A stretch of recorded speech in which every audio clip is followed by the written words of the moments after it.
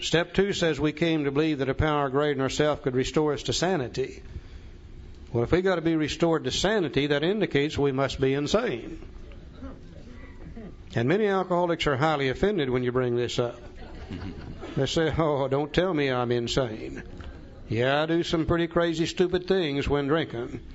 But when I'm sober, I'm much like normal people." Other alcoholics say, "Well, I don't have any trouble with this insanity because I remember the crazy, stupid things I did while drinking." In either case, they're referring to the stupid things we do while drunk. No, that's not insanity. The stupid things we do while drunk, that's caused by a mind that is filled with alcohol, which lowers the inhibitions.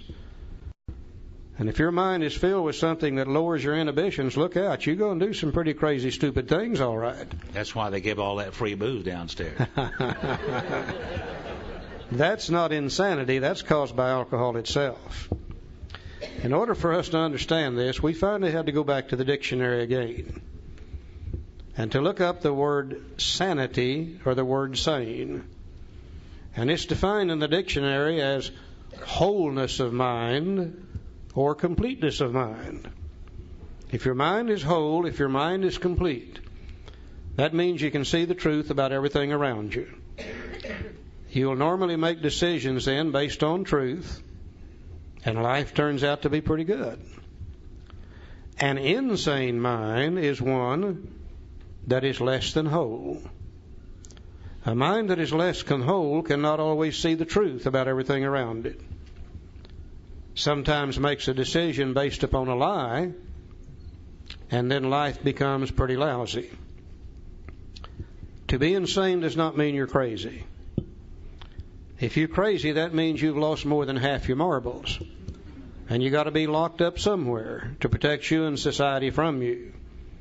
That's craziness. But insanity is just less than whole. I think one of the best ways I know to illustrate it is just, let's take a pie. Set it here in front of us. Let's cut that pie into 10 pieces.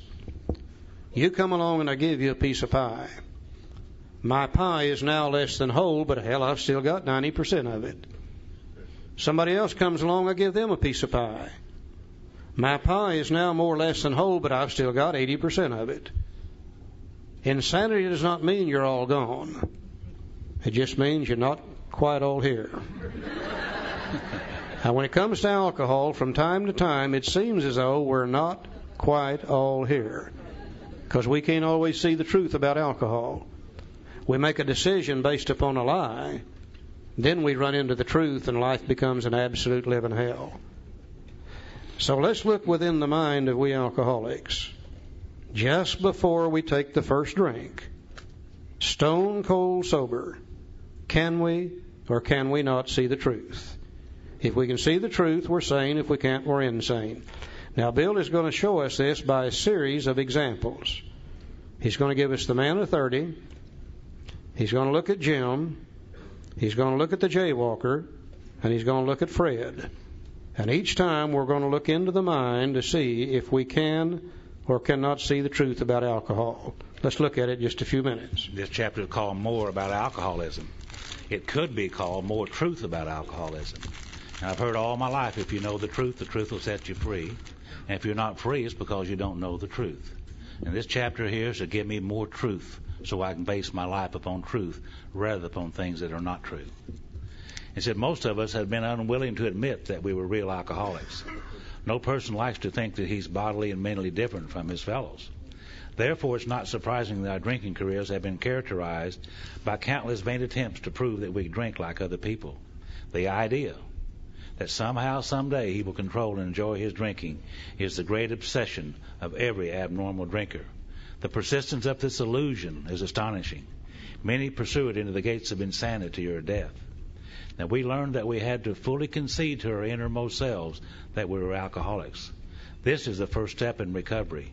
The delusion that we're like other people, or presently may be, has to be smashed. Now, be careful. In these two paragraphs that Joe just read, he has used 4 different words that all mean the same thing. And if you catch him at it, you know what he's doing. If you don't, you'll think he's talking about something else. He said the idea that someday somehow someday he will control and enjoy his drinking is a great obsession of every abnormal drinker. Now, we know an obsession is an idea that is so strong it can make you believe something that's not true. It can make you believe a lie. The persistence of this illusion is astonishing. We know what an illusionist is. An illusionist is a magician, and they can stand in front of you in a sleight of hand and a few props. They can make you believe something that's not true. So illusion also means to believe something that's not true or to believe a lie. Many pursue it into the gates of insanity or death. Insanity is to believe something that's not true. The next paragraph, he said, the delusion that we are like other people or presently maybe has to be smashed. Delusion means the same thing. If you've deluded yourself, it means you've come to believe something that's not true. So you may see him using any one of four terms: obsession, illusion, delusion, or insanity. All four mean exactly the same thing: to believe something that is not true or to believe a lie. Let's go over to page 32, second paragraph. Let's look at the lie the man of 30 believed. Said a man of 30 was doing a great deal of spree drinking. He was very nervous in the mornings after these bouts and quiet himself with more liquor. He was ambitious to succeed in business, but saw that he would get nowhere if he drank at all. Once he started, he had no control whatever. He made up his mind that until he had been successful in business and retired, he would not touch another drop. An exceptional man.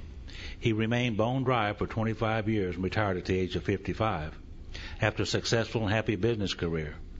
Then he fell victim to a belief which practically every alcoholic has, that his long period of sobriety and self-discipline had qualified him to drink as other men. Out came his carpet slippers and a bottle. In 2 months he was in a hospital, puzzled and humiliated. Now, he tried to regulate his drinking for a while, making several trips to the hospital meantime. Then, gathering all his forces, he attempted to stop altogether and found that he could not. Every means of solving his problem which money could buy was at his disposal. Every attempt failed. Though a robust man in retirement, he went to pieces quickly and was dead within 4 years. Now, this case contains a powerful lesson. Most of us have believed that if we remain sober for a long stretch, we could thereafter drink normally. But here is a man who at 55 years found where he has just left off at 30. We have seen the truth demonstrated again and again. Once an alcoholic, always an alcoholic. Commencing to drink after a period of sobriety, we're in a short time as bad as ever. Now, if we're planning to stop drinking, there must be no reservation of any kind, nor any lurking notion that someday we'll be immune to alcohol.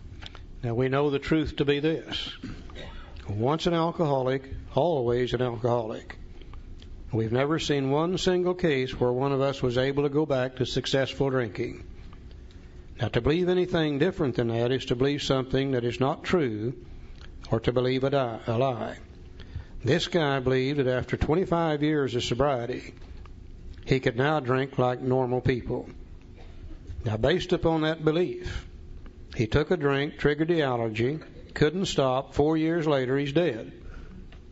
Now, is his real problem, though, the fact that he has a physical allergy to alcohol or a form of insanity that tells him it's okay to drink alcohol after 25 years of sobriety? The real problem then is in our mind, telling us we can drink, rather than in our body that ensures that we can't drink. Let's go to page 34, second paragraph.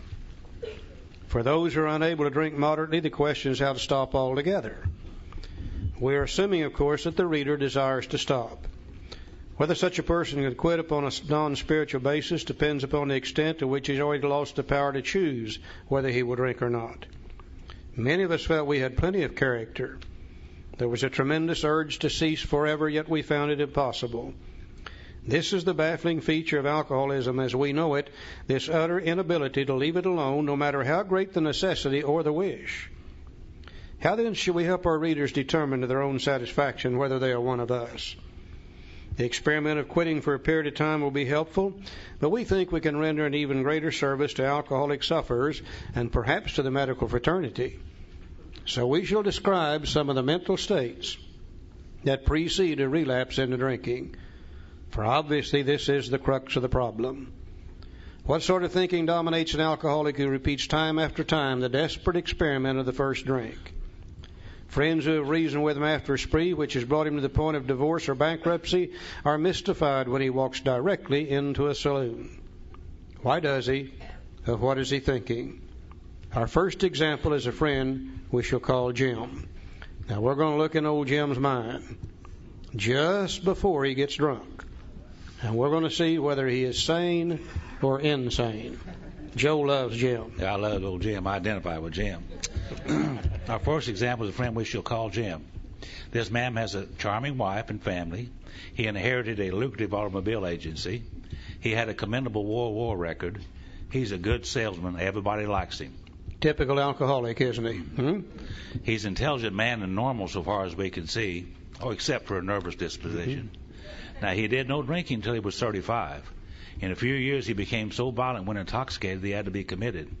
On leaving the asylum, he came into contact with us. Now, we told him what we knew of alcoholism. They told him about step one, the physical allergy, the obsession of the mind, the powerless condition. And the answer we had found. They told him about step two, the power greater than ourselves could restore us to sanity. Now, he made a beginning. A little later on, the book says step three is just a beginning. So apparently Jim took steps 1, 2, and 3, and immediately things started to get better for him. His family was reassembled, and he began to work as a salesman for a business he'd lost through drinking, and all went well for a time, but he failed to enlarge his spiritual life. The book's going to tell us the only way we enlarge on step 3 is 4, 5, 6, 7, 8, 9, 10, 11, and 12, and Jim didn't do any of those. 1, 2, and 3. To his consternation, he found himself drunk a half a dozen times in rapid succession. Now, on each of these occasions, we worked with him, reviewing carefully what had happened. Oh, these were good AA members. Jim got drunk 6 times in a row. Each time they went over there and worked with him, carefully reviewing what had happened.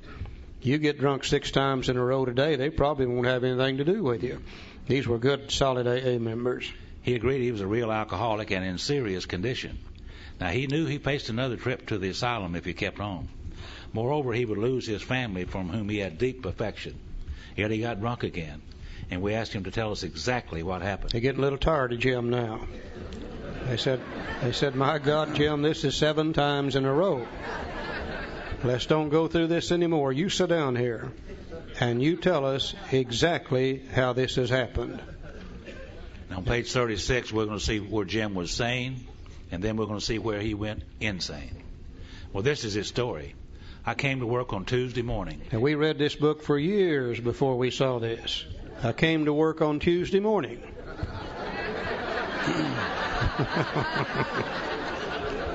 Where was he all day Monday? You know? God, we're bad about Monday. Bad about Mondays. And he said, I remember I felt irritated that I had to be a salesman for concern I once owned. Now, I don't think that's insanity. That's probably normal thinking. I think any of us that had to be a salesman for a concern we once owned would probably be a little irritated by that fact, too. That's normal, sane thinking. He said, I had a few words with the boss, but nothing serious. The boss probably said, say, Jim, by the way, where were you all day yesterday anyhow? Yeah. Nothing serious, just enough to irritate him. He's a little restless, and a little irritable, and a little discontented. He said, then I decided to drive into the country and see one of my prospects for a car. What's more normal than if you're a car salesman, you want to get away from the shop for a while, drive out in the country, see somebody we already know that we're trying to sell a car to. That would be normal, sane thinking for an alcoholic car salesman. So on the way, I felt hungry, so I stopped at a roadside place where they have a bar. I had no intention of drinking. I just thought I'd get a sandwich. What's more normal than if you're hungry to stop in a roadside place to get a sandwich? The fact that they got a bar there is beside the point. We have no intention of drinking. We're hungry. We're going to get a sandwich. Normal, sane thinking for an alcoholic car salesman. I also had the notion I might find a customer for a bar at this place, which was familiar, but I've been going to it for years. I'd eaten there many times during the months I was sober. We're not going in there to drink. We've eaten there many times during the months we're sober. We're going to go in there and get a sandwich and maybe sell a car while we're in there. Yeah. Normal, sane thinking for an alcoholic car salesman. He said, I sat down at a table and ordered a sandwich and a glass of milk. Still no thought of drinking. Yeah. What's more normal than to sit down at a table, order a sandwich and a glass of milk? Normal, sane thinking for an alcoholic car salesman. So I ordered another sandwich and decided to have another glass of milk. If you're hungry enough, there's nothing wrong with 2 sandwiches and 2 glasses of milk. Unless you're a member of Overeaters Anonymous, you'd better look at it. But that would be normal, sane thinking for an alcoholic car salesman. 2 sandwiches, 2 glasses of milk. Now comes the squiggly writing. That's italic. He said, suddenly. That means right now. Suddenly. The thought crossed my mind that if I would put an ounce of whiskey in the milk, it couldn't hurt me on a full stomach. Now, this is absolute insanity, isn't it? For this guy to believe that he can take whiskey, mix it with milk, and take it on a full stomach and it won't hurt him. Now, based on the insane idea, he makes a decision and takes some action. He said, I ordered whiskey and poured it into the milk. And I vaguely sensed I was not being any too smart.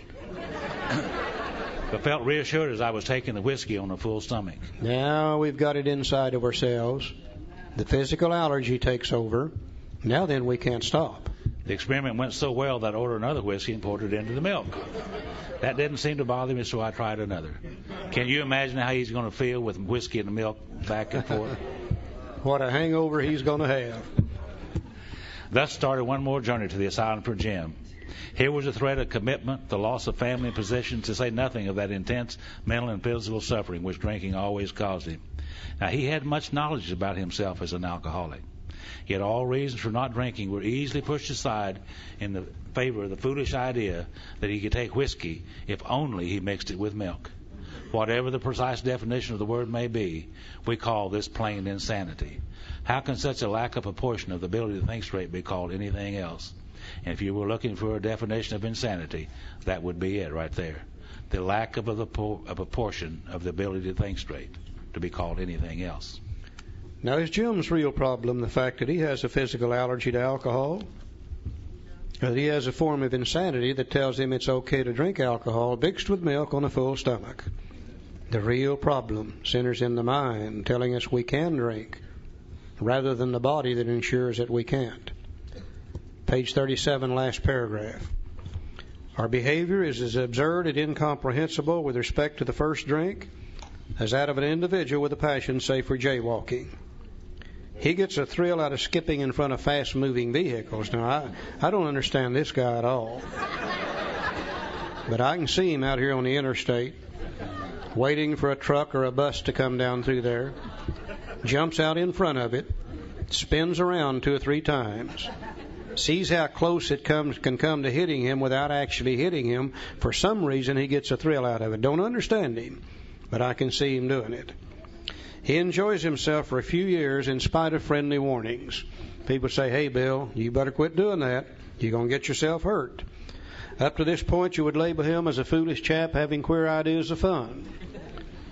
Luck then deserts him, and he's slightly injured several times in succession. He's getting a little older now. He can't move as fast. I begin to hit him once in a while. Nothing serious. He just kind of bounces off of him.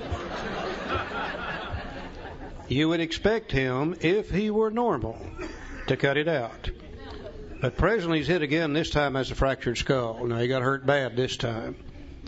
Within a week after leaving the hospital, a fast-moving trolley car breaks his arm. He gets hurt bad again. Now, he sings our national anthem.